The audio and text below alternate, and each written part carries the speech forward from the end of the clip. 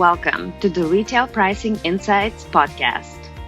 My name is Ruta Donovan, and I am VP of Marketing and Growth at 7 Learnings. Welcome to our second podcast episode. In this series, we aim to improve your pricing strategies by inviting experts to discuss industry trends and share actionable strategies with you. So we have access to these experts throughout our dynamic pricing community, which we have been building for almost 2 years.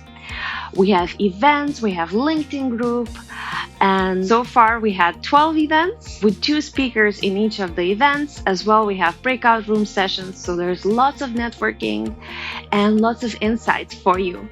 This community is completely free of charge, but you have to apply, and we are strict with our membership rules. So go ahead and follow the link in the comments to apply for our community. Today, I have the honor to speak with our guest, Dr. Yola Engler, a pricing expert with more than 5 years of experience in leading pricing teams. She is currently the Director of Pricing and Profit Management at Westwing. And Westwing is Europe's top e-commerce platform for beautiful living.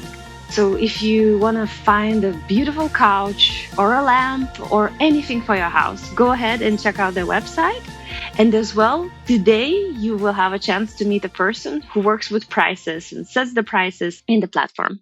So in this interview, we will discuss the impact of recent changes in e-commerce. As you know, throughout last 2 years, we went through so much change, from COVID impacting e-commerce sales in very, very positive way, I would say. So there was a lot of growth. And now we're experiencing downturn with recession, inflation, and all other scary words, and not just words coming into our picture.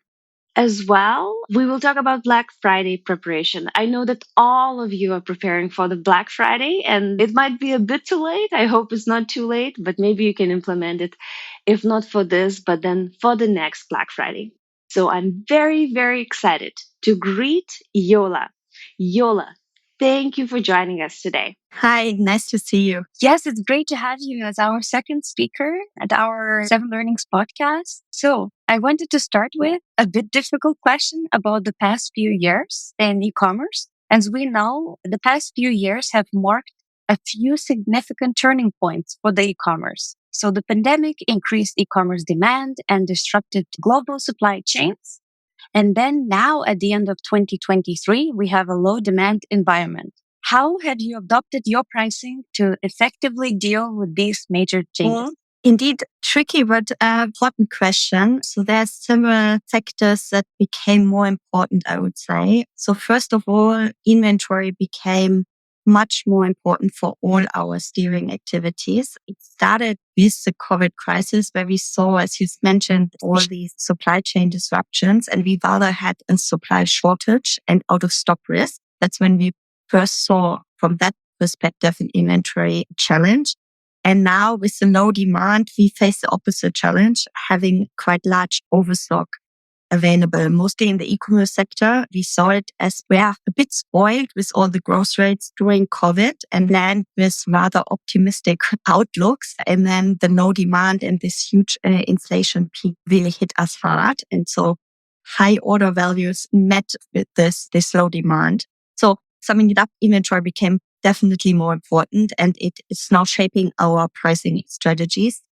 But with it also, I think there was a mindset shift for many of the e-commerce companies towards profit rather than purely growth consideration. And that's what we now, when we come from a goal-based pricing approach where pricing is just a means to an end, we see that reducing inventory and increasing profit are the major pillars which we now focus on rather than the growth pillar for our pricing strategies.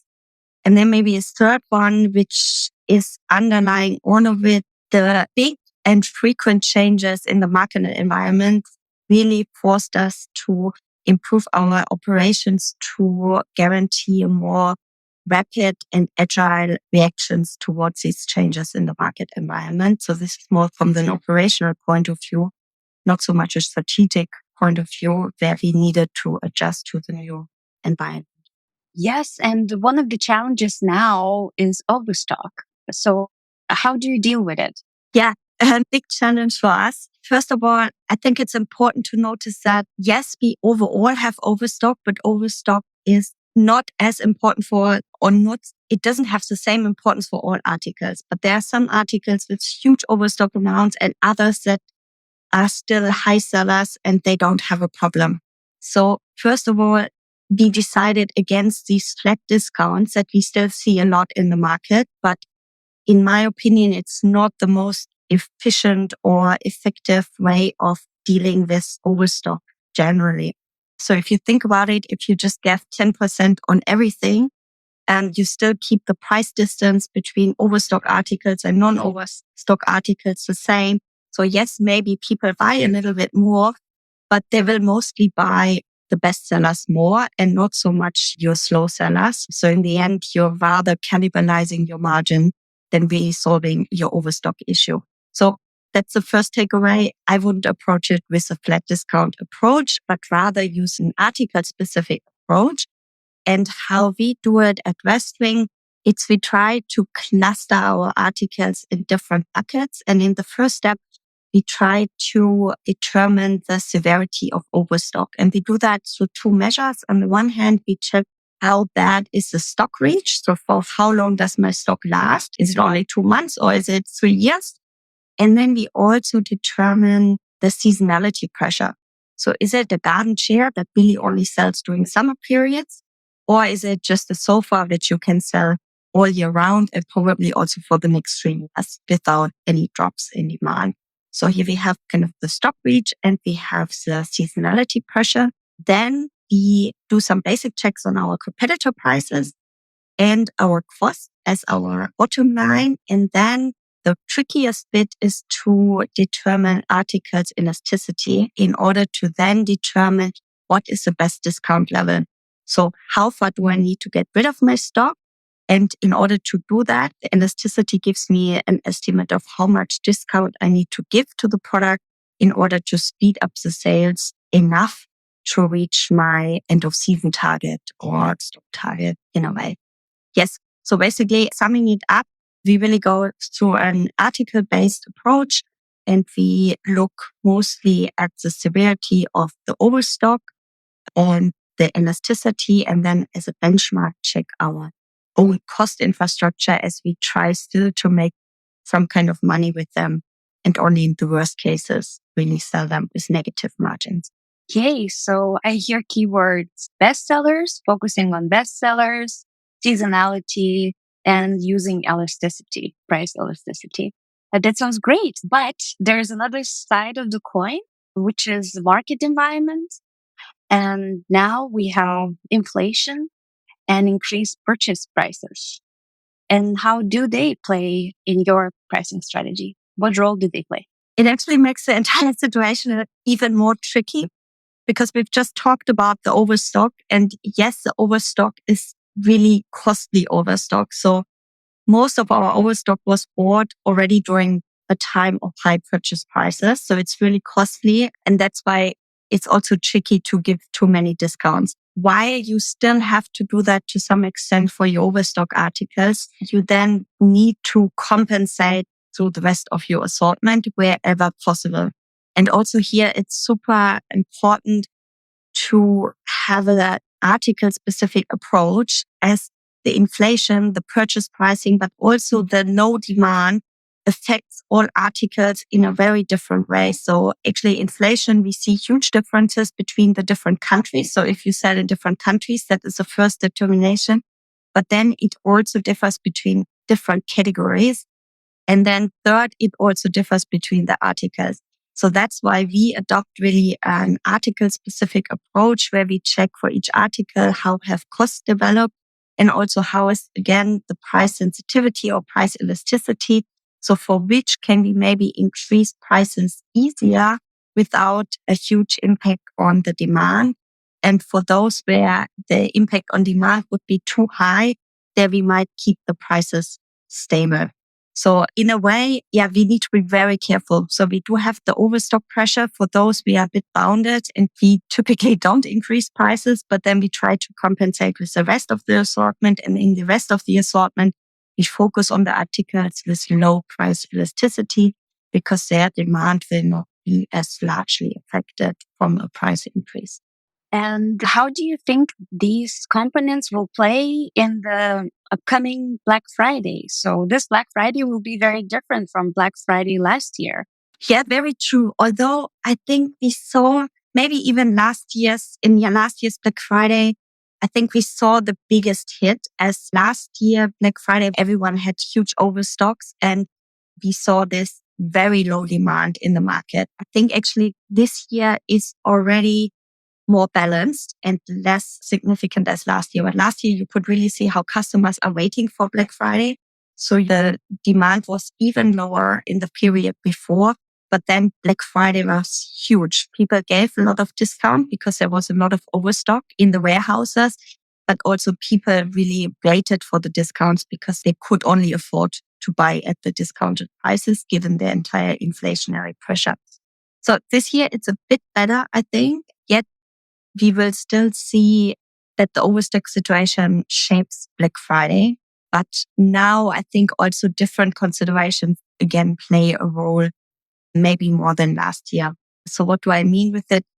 Black Friday obviously is a good period to sell off your inventory, but it's also a great period to increase your growth rates and to use the Black Friday concept also to shape or build your brand and bring attention to your offering.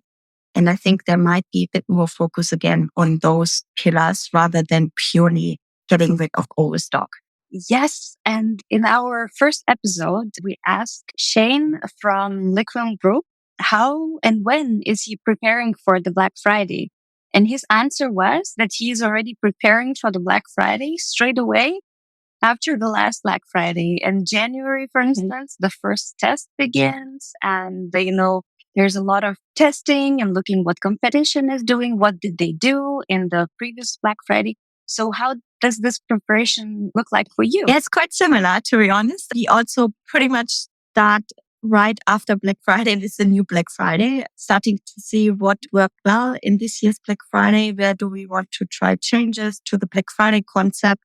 What could be a new storyline for the next Black Friday? And then starting through several iterations, fine-tuning the Black Friday approach. But you also need to consider that usually we need to order the articles for Black Friday if we get them from Asia nearly half a year before Black Friday. So that means by April, May, we need to send out the orders. So all the magic needs to happen before that, meaning the article selection and the general concept of Black Friday needs to be decided in advance. So yes, also that we start very early with Black Friday planning. Wow. So seasonality in your industry is very different from seasonality in fashion industry, for instance, when you have new seasons every 2 weeks or new collections every 2 weeks. You actually have to think about the fashion and as well the purchase, how people will be spending the money on a big day of Black Friday. Yes, very, very true. So obviously this is not true for all articles. We also saw some in Europe and closer by, but a large part comes from Asia or India. And for those, they have long times to prepare the orders, especially for a busy time like Black Friday. All our suppliers get into capacity constraints as everyone orders much more. So they also need to spread out their manufacturing over a longer period, actually fit the demand there is. Exciting. So what are your 3 tips for our listeners for the upcoming Black Friday? 3 tips for Black Friday. So I think the first tip is always to start with your overall strategy and to determine your overall goals with Black Friday. So is it really getting rid of overstock? Is it brand building? Is it growth? Is it profit?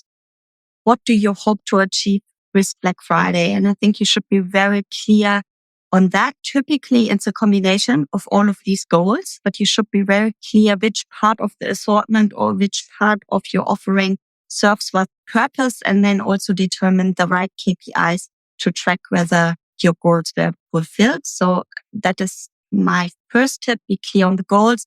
And second, once you have that, think together your article selection and your pricing strategy as they go hand in hand for me, and always follow your overarching goal. And then maybe as a third one, start early with the planning. I think we just touched it, but be prepared, be early on with your overall planning to make sure that you order in time, you receive your articles in time. And what we typically do is we have the baseline planning, but then have short-term tactical adjustments towards our Black Friday plan. So just before Black Friday, we again look at our inventory situation and might fine tune the article selection for Black Friday based on our stock levels. That might be articles that unexpectedly went out of stock or where the incoming isn't there on time. We take them again out of the selection, and others like the newly overstock articles, we then put in the selection for Black Friday and create new deals. So be flexible in the short term, but still start the planning long term in advance. Okay, some great tips here. And as well as my last question, I wanted to ask you, I know that you just went to EPP, European Pricing Platform Conference in Amsterdam, and you made a presentation there. So could you give us some highlights or learnings for our listeners as well who couldn't maybe participate in the conference? Super happy to, obviously. So I think my few recommendations or what I've seen in the past, let's say 1.5, 2 years, I think there are a couple of factors that became more and more relevant for pricing functions in companies. Some of them we touched already. So first of all, inventory became way more important for pricing strategies, and it drives many pricing discussions. Second, the topic of profit is way more relevant than before, and companies just start switching their mindset from a pure growth mindset to a profit focused mindset. And with the focus on profit, also the pricing becomes more relevant. And this is also your chance as a pricing manager to push actually your pricing topics towards top level management, because attention is there now for the topic of pricing, as we can read in many articles that pricing is actually the lever that pushes the profit the most. So more than cost adjustments or higher sales volumes, in order to increase your profit, the price is actually the most important and most effective lever. So high attention on pricing and get your challenges through. And then the last 2 points for me are, in this very volatile environment, you need to react fast. And every day you will get a new goal for your pricing function. And every day your input factors for your pricing function will change. So you need to make sure that you have a pricing infrastructure that allows you to really react very fast and agile towards the new changes. And with it, and the increased focus on profit, I would also really recommend this targeted article-based pricing approach, which we also touched on earlier. So don't put a one strategy fits all articles approach, but really fine tune your based pricing or try to make use of elasticities in order to fine tune your pricing strategies towards an article, as only then you will get most of the profit that is still there to make. Thank you. Thank you. And I'm so happy I asked this question. I should have started with this one. Your eyes just lit and all those insights just flew out of you. So thank you so much, Yola, for sharing your knowledge and insights with us today. Very happy to. Thank you very much for having me here. Thank you, Yola, for sharing your pricing insights with our listeners. This was the Retail Pricing Insights podcast. My name is Ruta Donovan. And as well, I would like to say a big thank you to our Seven Learnings team who helped to produce this podcast, especially to Erini and Reka, who contributed in recording and producing this specific podcast episode. From now on, you will receive one podcast episode straight to your inbox if you subscribe to our newsletter. So go ahead, use the link in the comments, subscribe to the newsletter so you will receive the notification every time. You don't need to check social media. You can just do it by leaving your email address with us. As well, as mentioned in the beginning of the episode, I would love you to be part of our dynamic pricing community. The only thing you need to do is to go to our dynamic pricing community page and leave the application. The community is free of charge and you will gain lots of pricing insights as well as connections in the retail pricing world. So go ahead, use the link, apply, and we will review your application. And hopefully, we will see each other not just on the podcast, but in our future events. And last but not least, I will be leaving podcast and Seven Learnings on a short 10 months break as I'm going on maternity leave. But I'm very excited to have Irini, who will be hosting the podcast for the next episodes to come. I really know she can do it. She already has another podcast going on too. So I'm very excited to see where this podcast will grow when I come back in 10 months. So thank you very much for this journey. 2 podcast episodes. Go ahead to listen to the first one maybe as well. And you will have more podcast episodes to come. We already have 8 speakers confirmed. So I am very sure that there will be more insights and strategies to come in the future. It was Ruta Donovan, and it was Retail Pricing Insights Podcast.